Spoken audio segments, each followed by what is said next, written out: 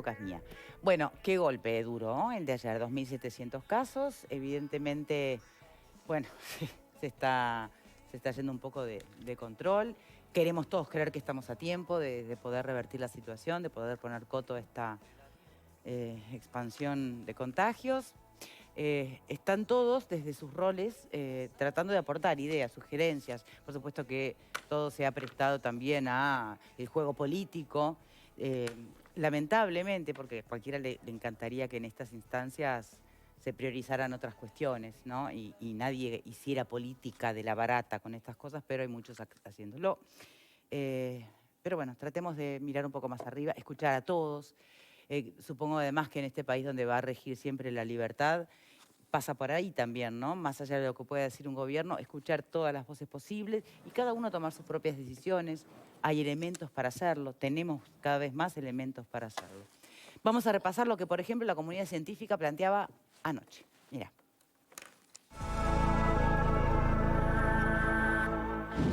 Somos médicos y médicas clínicos, profesionales de la salud, licenciados de enfermería, odontólogos, científicos e investigadores de distintas áreas que vemos desbordada nuestra capacidad de trabajo en todos los niveles asistenciales por la gran cantidad de pacientes que estamos asistiendo. Se agrega en el día de hoy a nuestra preocupación la confirmación de la circulación de la cepa P1 de Manaos, caracterizada por la gran transmisibilidad, lo que explica en parte el fenómeno, pero también refuerza la necesidad de tomar medidas de reducción de la movilidad. Nuestro objetivo, desde la pluralidad aquí representada, es contribuir a evitar más muertes, muertes prevenibles, enfermedad y dolor, en esta situación inédita de la pandemia en nuestro país. Declaramos la urgente necesidad de que se adopten medidas que reduzcan profundamente la movilidad, similar a las medidas tomadas por el Poder Ejecutivo en marzo del 2020, por al menos un lapso de 3 semanas en todas las áreas no esenciales, que se propenda al teletrabajo en todos los lugares privados y públicos donde sea posible, a la educación virtual por un periodo de 3 semanas a nivel de primaria, secundaria y terciaria. Bien, esos son algunos comentarios nomás de lo que se escuchaba en el día de ayer. Le estamos dando la bienvenida al presidente del Sindicato Médico del Uruguay, el doctor Gustavo Greco. Gracias. ¿Qué tal? Buenas tardes. ¿Cómo están? Placer estar aquí. Bien. Bueno, entonces, se ha dicho mucha cosa a partir de las medidas propuestas y hay, como decíamos, mucha expectativa también en torno a lo que pueda surgir hoy desde el Ejecutivo, las medidas en esta reunión con los ministros. Cuando hablamos de medidas, parece que se volvió a instalar el famoso trade-off, ¿no? Ese dilema entre lo económico versus lo sanitario, que creíamos se había saldado. De alguna manera se había, creo yo, entendido o se había llegado al consenso de que combatir lo sanitario requiere del brazo económico y viceversa, ¿no? Pero bueno, pareciera estar otra vez sobre la mesa, doctor. Se les ha acusado incluso de estar ejerciendo un rol político más que médico. Es que las medidas sanitarias que se plantean para el control de la pandemia en este momento, con una transmisión comunitaria fuera de control, más ayer con la noticia de la introducción en nuestro país de la cepa P1, que es más contagiosa. Sí, sí. ¿Eso puede explicar este salto a los 2.700, la P1? Sí, es posible que explique todo este momento, ¿no? Pero refuerza el concepto, Sí, sí, porque claro. No es una excusa, sino que es un refuerzo al concepto. La medida sanitaria propuesta de restricción de la movilidad, de disminuir el contacto físico, el distanciamiento, tapabocas y demás, en un punto como en el que estamos, donde la cantidad de pacientes que estamos asistiendo en todos los niveles asistenciales es enorme, lo vemos porque los números de CTI se publican día por día, pero hay otra realidad no tan visible, pero tan dramática como la de terapia intensiva, que es la internación en piso convencional, las consultas en emergencia, las consultas domiciliarias, las ambulancias, las emergencias móviles. Todo está sobrecargado y tensionado. Claro. Y con una proyección matemática de, bueno, que esto va a seguir creciendo, ¿no? Porque no está de más repetirlo, esto es la foto de hace 15, 20 días. Y hay que ver cómo evolucionan estos casos. Se Y sabe que un dentro de 15, porcentaje va a 20 terminar días internado. esto va a ser peor en un sistema ya tensionado. Entonces, pedir medidas de restricción de la movilidad. El tema es que, claro, es muy fácil decirle a los inevitable. demás, no vayan a trabajar. Y más cuando quien lo dice tiene trabajo y sabe que va a seguir trabajando y que no le va a faltar ingreso. Por eso, lo que tenemos que hacer, que intentar es no generar una falsa dicotomía entre salud y economía. Porque salud y economía están entrelazadas. Una cosa va de la mano de la otra y ambas cosas tienen que ocurrir en forma simultánea. Esto no Claro. es- Aún así, un médico tendría que estar al tiempo que dice hay que quedarse adentro, tiene que decir y te tienen que subvencionar. Bueno, porque ¿qué pasa? Como médico, cuando indico un tratamiento, cuando razonablemente, por la evidencia, por las recomendaciones, por los protocolos y por la experiencia nacional e internacional, hay que hacer esto, pero todo el tratamiento médico tiene un efecto colateral, mínimo o mayor. Y hay un costo-beneficio, hay un balance entre una cosa y otra. Si nosotros planteamos medidas como las que hablamos ayer, todas las instituciones que estábamos ayer y que se han agregado más, planteando restricción muy fuerte de la movilidad de la sociedad, eso tiene un impacto socioeconómico brutal. Sería como decirle a un paciente, tenés que tomar tal remedio, pero no lo traen a Uruguay ese remedio. No, sería como decirle a un paciente, tenés que tomar este remedio, pero te va a producir esto, gastritis. Te va a aliviar el dolor de cabeza, pero te puede dar gastritis. Bueno, tenemos que tratar también la gastritis. ¿Me explico? No es razonable que nosotros planteemos una medida de la magnitud de la que se está planteando, desde el punto de vista sanitario, sin contemplar el otro aspecto, que es muy pesado. Porque si no supiéramos el impacto personal, social, económico, Sí, y de salud, laboral, además, salud porque- mental, Exacto. todo lo que se ha hablado, que es cierto, sería una indicación incompleta. Bien, hasta ahí me permite, Greco, una vueltita de panel. ¿Qué pensás, Marguerite, sobre este punto concreto? Bueno, buenas tardes, ¿Qué tal? doctor.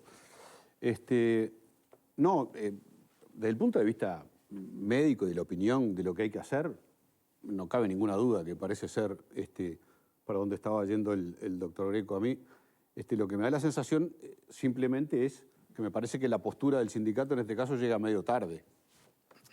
Llega tarde porque ya lo dijo el GACH, porque ya lo dijo el gobierno, porque todo el mundo lo dice. Me parece que la conferencia de ayer llegó bastante tarde, que debió haber llegado muchísimo antes. Yo no sé si esto se enmarca dentro, y perdóname que me salga un segundo, pero si esto se enmarca dentro de una acción política del sindicato médico, porque... ¿Vos sostenés que son todos de izquierda, como leí por allí? ¿Alguien? No, yo voy a terminar, pero yo no sostengo nada, pero obviamente hay una afinidad de la FOSALVA, de la lista que gobierna el sindicato médico, con el Frente Amplio y con el PIT-CNT, ¿no? Sí. Podemos hablar de eso. Claramente. Si quiere ir para ese lado. No, claramente. Yo no preciso de igual de explicaciones para eso, lo tengo bastante... Creo que desde mi punto de no vista al lugar, pero bueno, adelante. Desde mi punto de vista lo tengo bastante claro. Entonces, a mí no me queda claro si el comunicado de la conferencia de prensa de ayer busca un protagonismo o busca hacer política. En el sentido de hacer política sí política gremial o política de la grande, digamos, PIT-CNT, Frente Amplio, oposición, me refiero. Porque... Anda al grano, a ver por qué. No, voy al grano, porque parto de la base que ya habían tenido una reunión con Salinas, ya habían podido decirle las cosas que creían.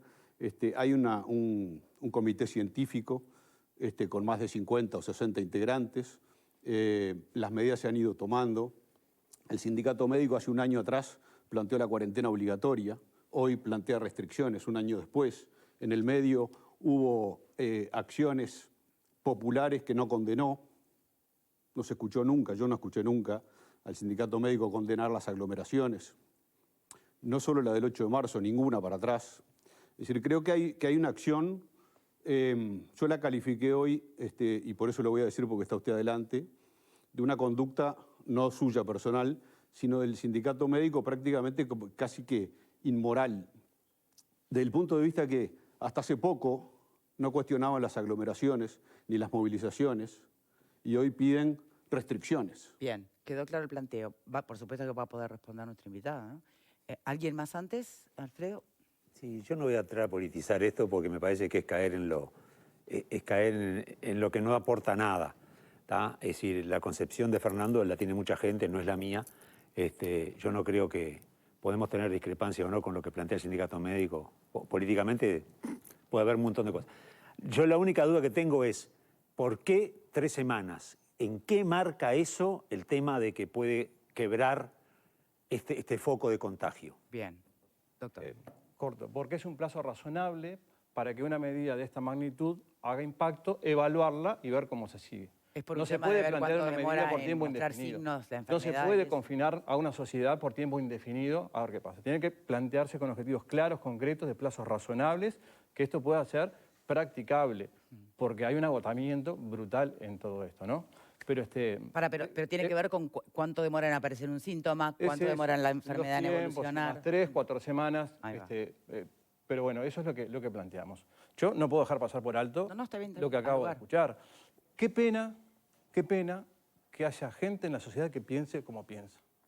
Qué pena que esto se interprete de esta manera tan banal como se interpreta. Qué pena que no se vea la realidad de lo que está pasando en los centros asistenciales y la conducta del colectivo médico profesional con la pandemia para interpretarlo de esa manera tan burda. Pero qué pena que usted no pueda desmentir nada de lo que yo dije. Perdóneme, creo que es, Digo, qué Le pena. toca hablar, digo que es le toca absolutamente falso lo que usted dice.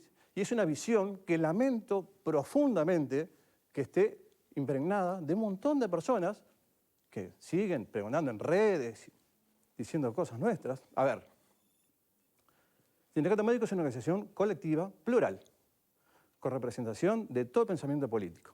Esto es por unanimidad. Ayer estaba todo el comité ejecutivo representado, estaba la Facultad de Medicina, la Facultad de Enfermería, el Instituto Pasteur, el Grupo del GIAD, la Asociación Odontológica, la Facultad de Psicología. Había un enorme colectivo.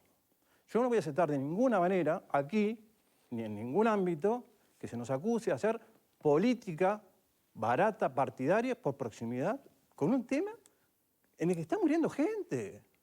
Yo vengo de un CTI, vestido de astronauta, de ver morir gente. ¿De qué me habla? No tengo ninguna duda. Entonces, y no hay ningún cuestionamiento personal en esto. No es personal, lo estoy hablando de lo institucional.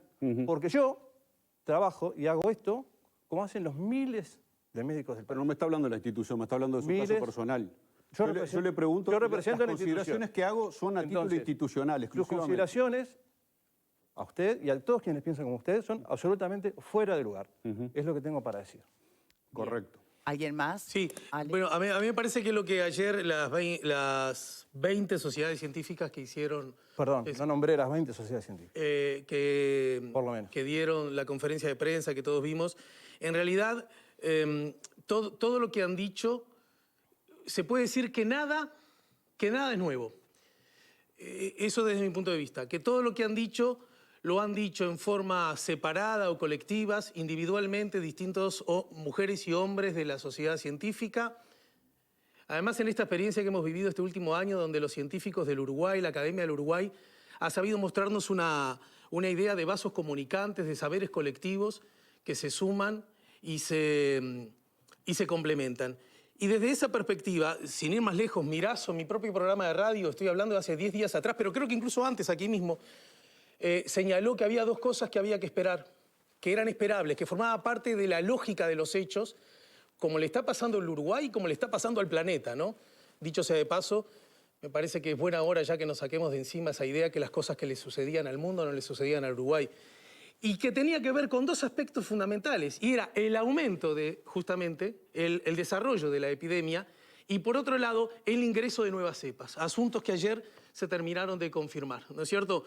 Desde ese lugar, a mí me parece que lo que hay que debatir acá es si lo dicho por estas comunidades científicas es aplicable, es razonable, si tiene lugar o no tiene lugar. En tal sentido, yo aprovecharía la presencia de Gustavo Greco para preguntarle, cuando se insiste en medidas similares a las tomadas un año atrás, es verdad, suena paradójico que hoy estando en un sitial absolutamente peor que un año atrás, estemos con medidas muy distintas a las de la sujeción de las actividades de cuando arrancó esto. Pero justamente, también hay que decirlo, en aquel momento ocurrió lo que ocurrió porque ya no el Uruguay, el planeta entero no sabía muy bien cuál iba a ser la evolución y el alcance.